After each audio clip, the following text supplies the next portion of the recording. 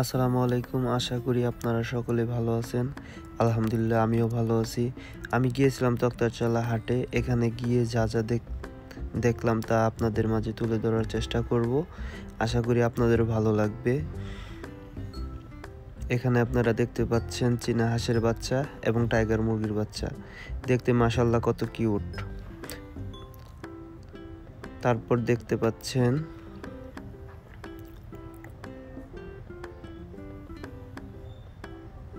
তিতির মুরগির বাচ্চা,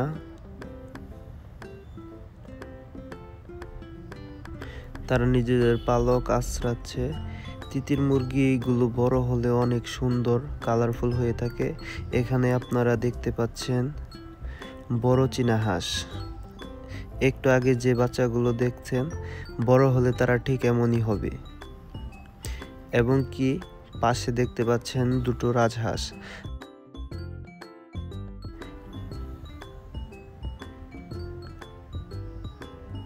চীনা হাঁস একটা ছোট ভাই নিয়ে আসছে বিক্রি করার জন্য। দেখতে মাশাআল্লাহ অনেক সুন্দর।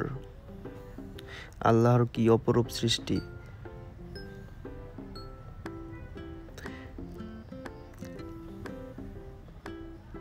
তারপর আমি চলে গেলাম সবজির সাইডে। বেল, বরই এবং কি লাউ, এগুলো সবকিছু একদম অর্গানিক। এখন তো শীতের সময়, বাজার অনেক রকমের বরই উঠেছে। এখন দেখতে পাচ্ছেন পেঁপে এবং পেয়ারা।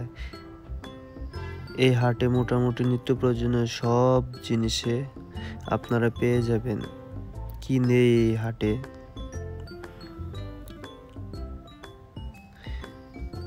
পেঁপে দেখতে পাচ্ছেন পাকা বরই, কলা, লাউ,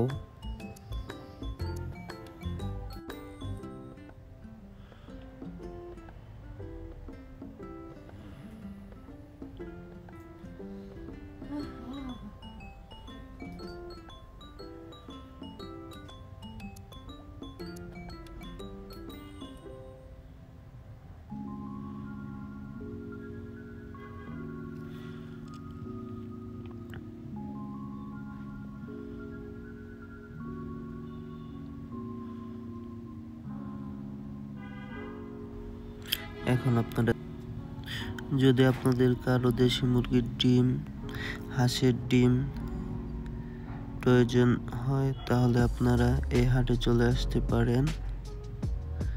একদমই দেশি, প্রকৃতিতে ছাড়া মুরগির ডিম পেয়ে যাবেন। আমি এখান থেকে 3 হালি দেশি মুরগির ডিম কিনেছিলাম। আপনাদের কারো প্রয়োজন হলে এই হাটে। এখন আপনারা দেখতে পাচ্ছেন হাঁসের বাচ্চা। এটা মূলত রাজহাঁসের বাচ্চা। এই 4টি বাচ্চা আমি এই হাট থেকেই কিনেছিলাম। রাজহাঁসের বাচ্চাগুলি খুবই কিউট এবং অনেক সুন্দর। রাজহাঁস খুবই দ্রুত বড় হয়। আর সবার শেষে এখানে ডিম রুটি খেয়ে আমি চলে আসলাম আমার বাসায়। এইখানে ডিম রুটিগুলো সাধারণ দোকানের রুটির থেকে রুটিগুলো অনেক বড় হয় এবং খেতে অনেক সুস্বাদু।